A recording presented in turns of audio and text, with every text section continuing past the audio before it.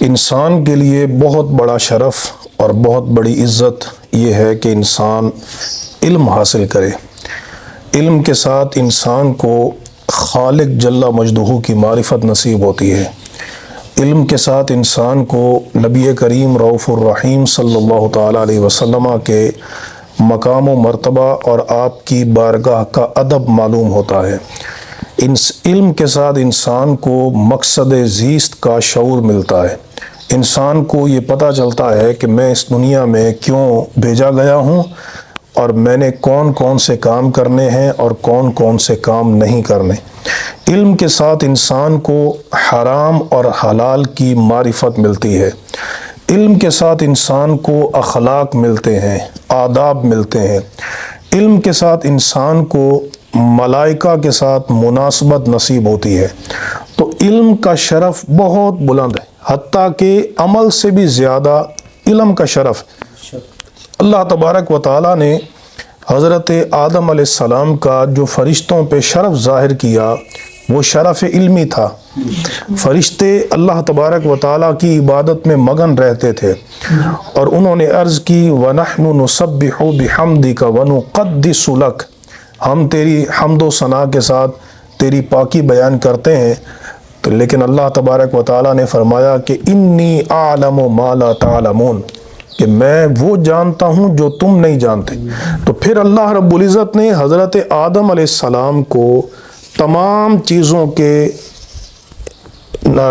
چیزوں کے ناموں کا علم عطا فرمایا۔ وَعَلَّمَ آدَمَ الْأَسْمَاءَ كُلَّهَا، اللہ نے آدم کو تمام چیزوں کے نام سکھائے۔ تو جب یہ علم عطا فرمایا حضرت آدم علیہ السلام کو، تو اب فرشتوں سے فرمایا کہ تم ان چیزوں کے نام بتاؤ۔ فرشتوں سے فرمایا، انہوں نے عرض کی کہ لا علم لنا الا ما علمتنا، ہمارے اندر علم نہیں ہے مگر وہی جو تو نے ہمیں عطا فرمایا۔ اب حضرت آدم علیہ السلام کو فرمایا کہ انبئہم باسمائہم، کہ اے آدم تم ان کو ان چیزوں کے نام بتاؤ۔ تو حضرت آدم علیہ السلام نے ان چیزوں کے نام بتائے۔ تو علم کے شرف کی وجہ سے اللہ تبارک و تعالیٰ نے فرشتوں کو حکم دیا، تمام فرشتوں کو بلا استثناء، جن میں حضرت جبرائیل امین علیہ السلام جیسے فرشتے بھی ہیں۔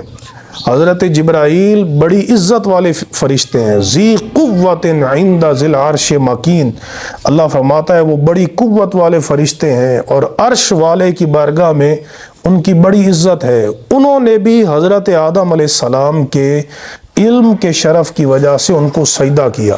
قرآن مجید میں اللہ تعالیٰ نے ارشاد فرمایا فَسَجَدَ الْمَلَائِكَةُ كُلُّهُمْ أَجْمَعُونَ، کہ تمام فرشتوں نے مل کر آدم علیہ السلام کو سجدہ کیا۔ تو یہ ان کا شرف علم کے شرف کی وجہ سے تھا۔ پتہ چلا کہ اللہ تبارک و تعالیٰ کی بارگاہ میں علم اور علم والوں کا بہت اونچا مقام ہے۔ قرآن مجید میں اللہ تعالیٰ نے واضح طور پہ فرمایا سورۃ الزمر میں کہ هل يستوي الذين يعلمون والذين لا يعلمون، کہ کیا وہ لوگ کہ جو جانتے ہیں وہ ان کے برابر ہو سکتے ہیں جو نہیں جانتے، یعنی وہ برابر نہیں ہو سکتے۔ علماء کا مقام، اہل علم کا جو مقام و مرتبہ ہے وہ اللہ کی بارگاہ میں غیر عالم سے بہت زیادہ بلند ہے۔ حتیٰ کہ جس طرح بینا اور نابینا برابر نہیں ہو سکتے، اسی طرح ایک عالم اور جاہل اللہ کی بارگاہ میں وہ برابر نہیں ہو سکتے۔ سورۃ المجادلہ میں ارشاد فرمایا یرفع اللہ الذین آمنوا منکم والذین اوتوا العلم درجات، ارشاد فرمایا کہ اللہ تم میں سے جو ایمان والے ہیں ان کے درجات کو اللہ بلند کرتا ہے اور خاص اہل علم کے درجات کو اللہ بلند فرماتا ہے۔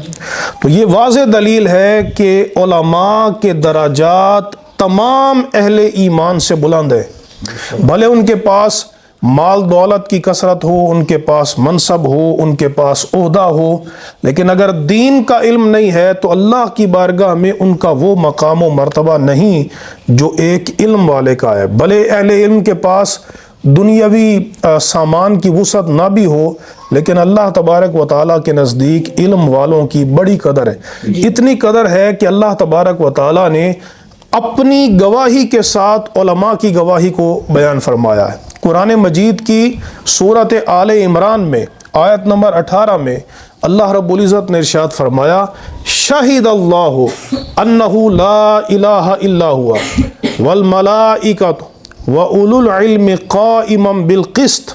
اللہ نے فرمایا کہ اللہ نے گواہی دی کہ اللہ کے سوا کوئی عبادت کے لائق نہیں، اور فرشتوں نے گواہی دی اور علماء نے گواہی دی۔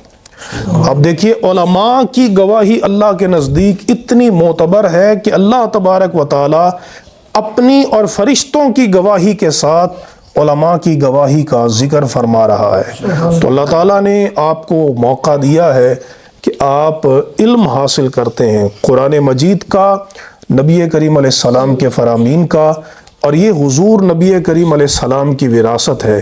تو آپ کو چاہیے کہ اس علم کی قدر کریں، اور قدر یہ ہے کہ اپنی تمام مصروفیات کو چھوڑ کر آپ علم میں فوکس کر لیں اور اپنی ساری توجہ علم پڑھنے اور پڑھانے میں صرف کریں۔ اللہ تبارک و تعالی ہم سب کو علم نافع عطا فرمائے۔